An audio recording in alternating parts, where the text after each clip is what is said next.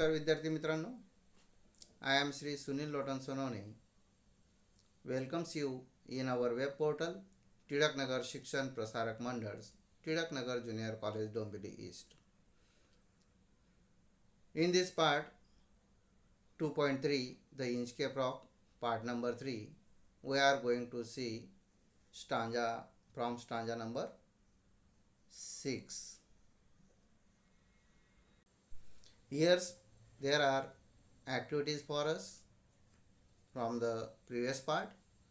Give reasons for the sailor's appreciation of the abbot. The sailor's appreciation the abbot of Aberthock for his idea of placing that bell on the Inchcape rock on the buoy. The bell was heard by the mariners whenever the rock was hit by the sudden and great rise in level of the sea. The bell was a sign of perilous Inchcape rock of that location of the sea.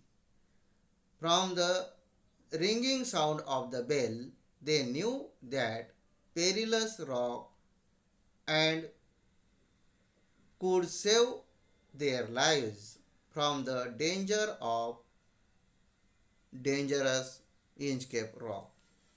तर या ठिकाणी surge swell means sudden and great rise in the level of the sea, समुद्रातील भरती. Perilous means dangerous. Blessed, old English form of blessed. Guess the meaning of wheeled round. Wheeled round means the flock of birds which flying round and round in circles, for they are taking the joy of beautiful atmosphere, beautiful landscape at the sea. आणि उंचावरून ते पक्षी त्या समुद्रामध्ये घिरट्या घालत होते आणि आनंदाने त्या ठिकाणी किलबिलाट करत होते, असं जे वातावरण आहे ते या ठिकाणी वर्णन केलेलं आहे. स्पेक म्हणजे काय? अ टायनी डॉट, काळा ठिपका. Sir Ralph the Rover a sea pirate, तर तो एक समुद्री चाचा होता. पायरट म्हणजे समुद्री चाचा. Next stanza number 7. He felt the cheering power of spring. It made him whistle, it made him sing. His heart was mirthful to excess, but the rover's mirth was wickedness. In this stanza, we learn that the mirth of wickedness of the rover is a person who loves to travel a lot is called a rover. Sir Rab the rover experienced the cheerful effect in him, and it made him whistle and sing to express his joy. He felt the joy excessively, but it was not pure.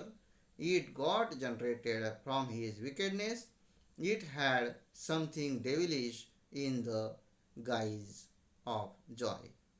तर Inchcape बेलला जो तरंगत ठेवणारा खांब होता, तो त्या खांबावर त्याने नजर टाकलेली होती, लक्ष केंद्रित केलेलं होतं आणि आता तो त्याच्या आनंदामध्ये अतिशय आनंदित झालेला होता. त्याला वसंत ऋतूची जशी काही ती एक आनंदी शक्ती आहे असे वाटले. त्याने त्याला शिटी वाजवायला लावले, गायला लावले. त्याचे मन खूप खूप आनंदी होते. पण तो रोवरचा जो आनंद होता तो कसा होता? दुष्टपणाचा होता. His eye was on Inchcape float, quoth he, my men, put out the boat and row me to the Inchcape rock, and I will plug the abbot of Aberthock. Then he ordered his men to take him towards the Inchcape rock by letting the boat down in the sea. He, his eye was fixedly looking at the Inchcape float. Then he ordered his men to take out the boat to move it with him towards the Inchcape rock. He also clarified his intention to annoy the abbot of Aberthaw. You must remember here as to what the abbot had done that was not liked by Sir Ralph the Rover. जे काही त्या award of ॲबरथॉकने जे काही केलेलं होतं ते त्या रोवरला आवडलेलं नव्हतं हे आपल्याला यातून दिसून येतं. त्याची नजर त्या इंचकेप बियोईवर होती, त्या तरंगावर होती. तो म्हणाला, माझ्या गड्यांनो होडी बाहेर टाका आणि मला होडीने इंचकेप रॉककडे न्या आणि मी ॲब्रोथॉकच्या त्या मठाधिपतीला संताला त्रास देईल, त्याला दुखवेल. The boat is lowered, the boatmen row, and to the Inchcape rock they go. Sir Ralph bent over from the boat and cut the bale from the Inchcape float. Then the boat, lowered by the sailors in the sea, let down the boat, go down the ocean from the ship. The boat and rowed it to the Inchcape rock. Sir Ralph bent down from his boat to reach his hand to the rope that held the bale to the buoy and the Inchcape rock. After that he cut it. आणि मग बोट नाविकांनी खाली सोडली आणि ती त्यांनी वल्हवली, पुढे नेली आणि ते इंचकेप रॉककडे गेले. सर राल्फ नावेतून खाली वाकला आणि त्याने त्या बियोईपासून, त्या इंचकेपच्या तरंगापासून ती बेल कापली. Next stanza. Down sunk the bale with a gargling sound. The bubbles rose and burst around. Quoth Sir Ralph, the next who comes to the rock won't blaze the abbot of Aberthaw. Then, as he cut the bell, it made the sound of gargling. Here, gargle means it is a sound created by water when it passes through a very narrow passage. Quoth means said. As soon as the evil-minded Ralph cut the rope, the bell sank down into the deep water of the ocean, creating a gargling sound. The bubbles also appeared on the surface of the water, and they burst at once. They burst at once,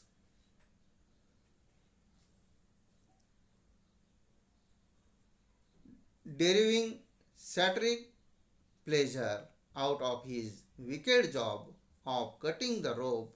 He said that the person who followed next towards the Inchcape rock would not blaze the abbot of Aberthaw. It means the person sailing towards the rock would not be able to listen to the warning bell and collide his ship or boat against the Inchcape rock and die. In that way, he would not be able to blaze the abbot of Aberthaw. ती bell गुडगुड असा आवाज करत ती घंटा खाली बुडाली. फुगे फुटले आणि सभोवताल फुटले. सर राप म्हणाला, जो या खडकावर येईल तो जो या जो पुढचा व्यक्ती या खडकावर येईल तो ॲबॉर्थॉसच्या त्या मठाधिपतीला धन्यवाद देणार नाही, चांगलं म्हणणार नाही. तर या ठिकाणी ॲक्टिव्हिटीज आहेत आपल्यासाठी. तर describe the state of mind of sir Ralph. तर सर राफच्या मनाची स्थिती कशी होती, मनस्थिती कशी होती. Sir Ralph the Rover felt very happy and cheerful effect in him. त्याला खूप आनंद वाटला होता. The power of spring made him whistle in sing and sing to express his joy. आणि त्या वसंत ऋतूच्या शक्तीने त्याला गायला लावलेले होते आणि आनंद व्यक्त करायला लावलेला होता.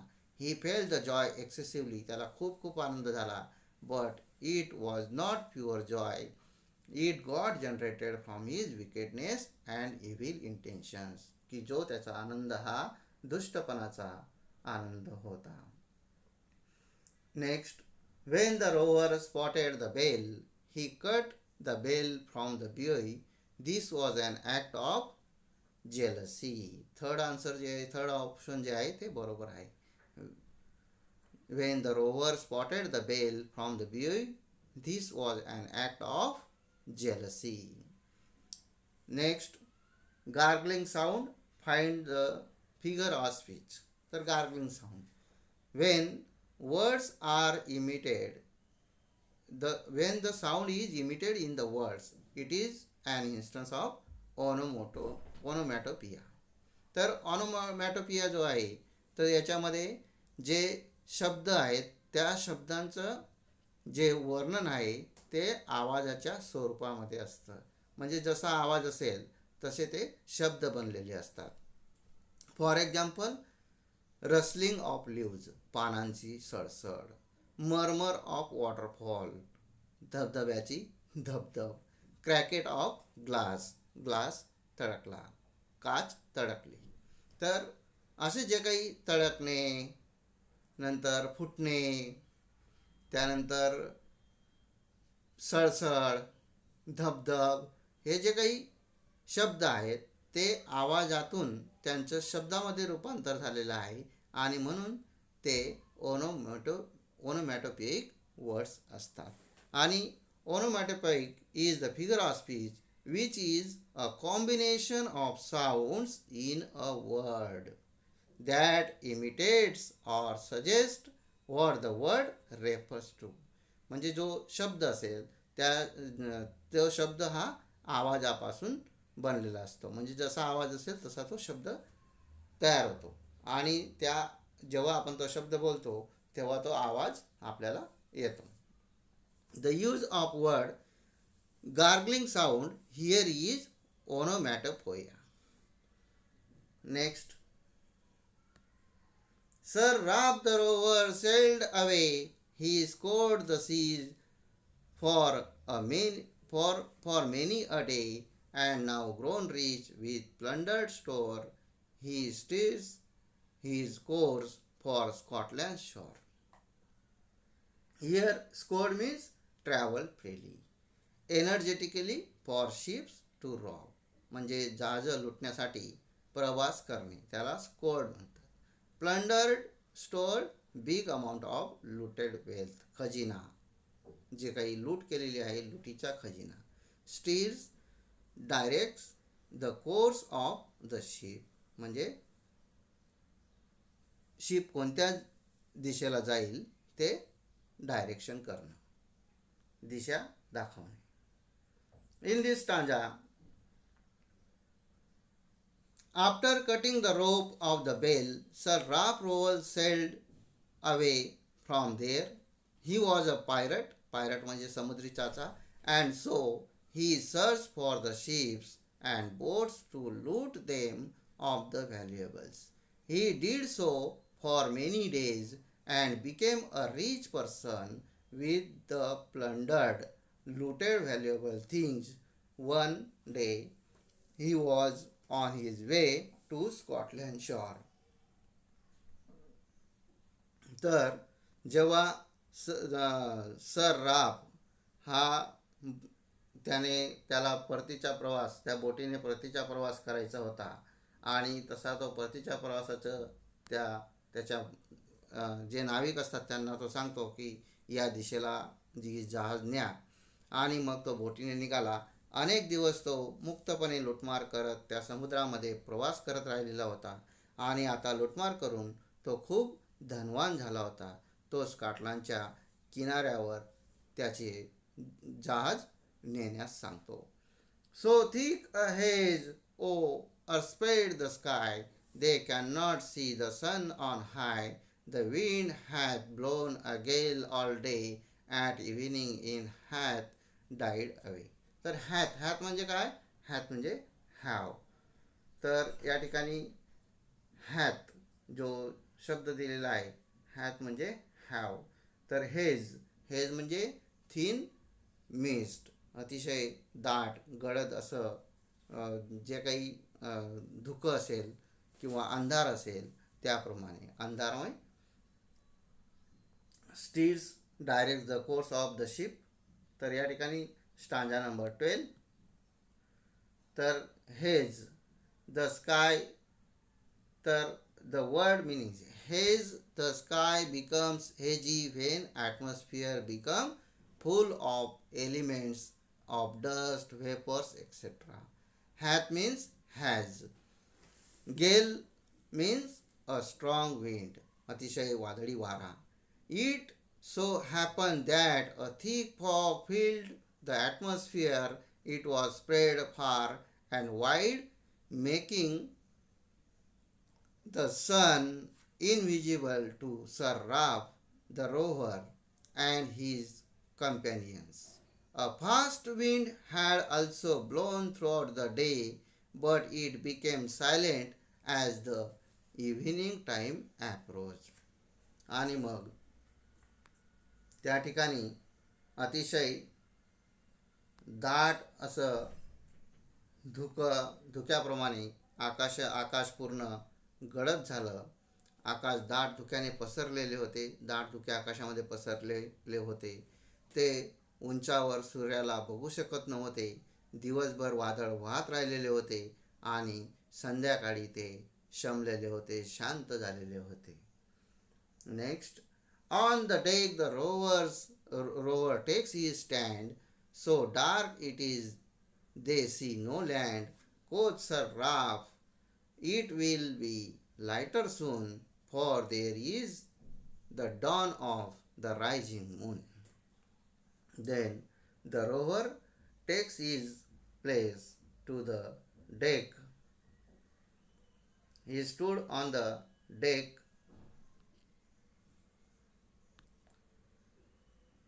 Deck is the top of the top floor or at the sea or a boat. Dawn means the period of time when light of the sun appeared in the sky.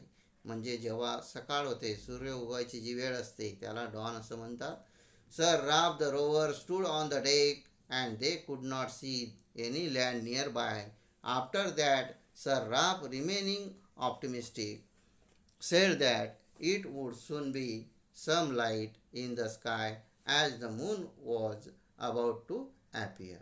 आणि मग तो सर राब डेकवर त्याची जागा घेतो. त्या ठिकाणी त्या डेकवर उभा राहतो आणि त्या ठिकाणी एवढा काळोख असतो की त्यांना कुठेही जमीन दिसत नव्हती. सर राब म्हणाला, कारण तो आता ऑप्टिमिस्टिक झालेला होता, त्याला आता म्हणजे देवाची आठवण येऊ लागलेली होती, कारण त्याचं मरण जवळ आलेलं होतं. सर राब म्हणाला की लवकरच आशावादी झालेला होता. ऑप्टिमिस्टिक म्हणजे काय? आशावादी. आणि लवकरच काळोख हलका होईल, कारण ती उगवत्या चंद्राची पहाट आहे. Next, can't steer said the breaker roar, for methinks म्हणजे काय? I think. For methinks we should be near the shore. Now where we are I cannot नॉट टेल, but I wish I could hear the Inchcape bell. Then a sailor among the sailors on the boat told him that on a board also expressed his opinion on the situation. he said that they might be near the shore, as no roar of the waves was heard by them at that time. He could not explain the right location where they were at that time. He also wished that it would have been better if they had heard the Inchcape bell. आणि मग त्या ठिकाणी जो breakers असतो तो जोरात ओरडून सांगतो की काही ऐकू शकत नाही. ब्रेकर्स गर्जना करतात आणि मला असं वाटतं की आपण किनाऱ्याजवळ असले पाहिजे. आता आम्ही कुठं आहोत हे मी सांगू शकत नाही, पण माझी इच्छा आहे की मी इंचकेप बेल ऐकू शकेल. असं आशावादी तो त्याचा सहकारीसुद्धा बोलू लागलेला होता. Next, they here no sound, the swell is strong, though the wind hath fallen, they drip along till the vessel strikes with a shivering rock. Oh Christ, it is the Inchcape rock. आणि मग या ठिकाणी vessel, vessel म्हणजे काय, तर vessel means ship, जे जहाज असतं त्याला व्हेसल. आता या ठिकाणी मी थिंक्स म्हणजे काय, it seems to me, archaic word of I think. Drift means move slowly, हळवार पुढे जाणे. They heard no sound and there was a very high swell in the sea water. The wind had grown weak and they continued rowing their vessel, means ship, boat, here and there till it struck against something solid and it sent a shivering shock to the vessel. Vessel here means ship. They immediately understood and uttered in dismay, in disappointment, that it was the Inchcape rock against which their ship had got struck.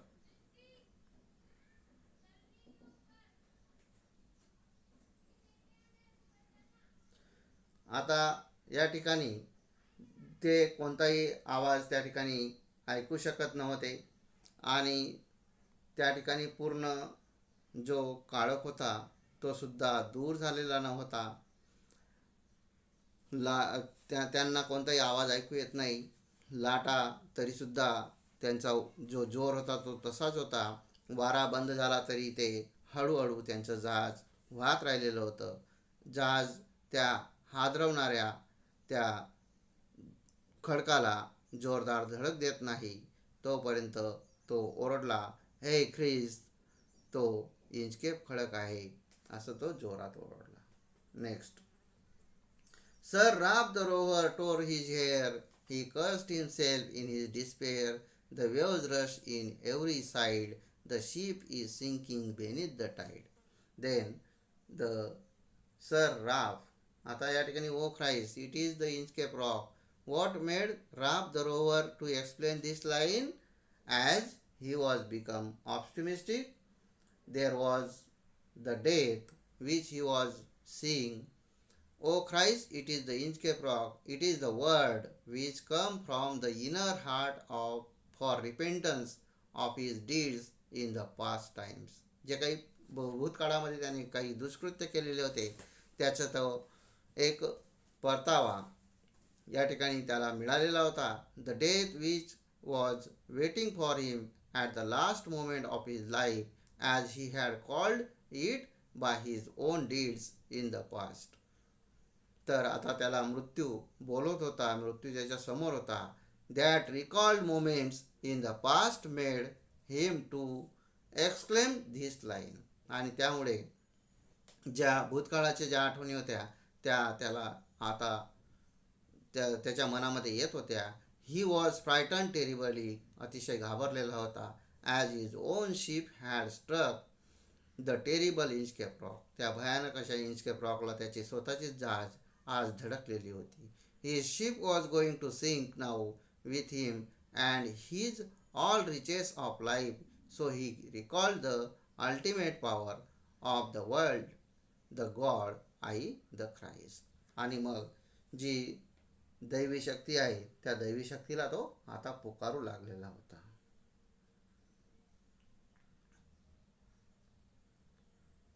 Sir Rab the rover tore his hair in frustration, and to show his foolishness and helplessness, he cursed himself for his wrongdoing. The waves rushed into the ship from all sides to take it down the C water. आणि मग sir रापने अतिशय निराश होऊन स्वतःचे केस उपटले. तो निराश होऊन त्याने स्वतःला शाप दिला. सर्व बाजूंनी चहूबाजूंनी लाटा हल्ला करत होत्या. जहाज त्या भरतीच्या लाटांनी खाली बुडत होते. Next. But even in his dying fear, one dreadful sound could the rover hear, a sound as if the Inchcape bell, the devil below, was ringing his knell. Robert South. तर but here knell means the sound of a bell rung solemnly after death or at funeral announcement of death. म्हणजे मृत्यूची घंटा. नेल म्हणजे काय? मृत्यूची घंटा.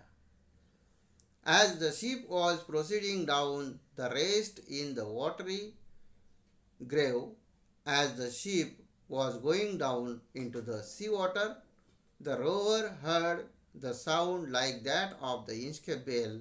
It was the sound of death knell that reminded him of his approaching death due to his misdeed done. Misdeed म्हणजे काय? दुष्कृत्य. Nature always takes revenge for the wrongdoings. One who digs a ditch for others falls in that very ditch someday. म्हणजे ditch म्हणजे काय? खड्डा. जो दुसऱ्यासाठी खड्डा खोदतो तो एक ना एक दिवस त्या खड्ड्यामध्ये पडत असतो. तर त्या क्षणी त्याच्या मरणाची भीती असताना एक भयानक आवाज त्या रोव्हरला ऐकू येतो. जणू काही इंचके बेलसारखाच तो आवाज होता. आणि तो सैतान, ते भूत त्या ठिकाणी त्या ठिकाणी मांडीला ठोकून त्याचे दंड थोपटत होता आणि त्याचे गुडघे वाजत होता. जणू काही तो त्याला आव्हान देत होता. मृत्यू त्याला पुकारत होता. तर रॉबर्ट साऊथ. या ठिकाणी ही पोएम संपलेली आहे. Thank you students.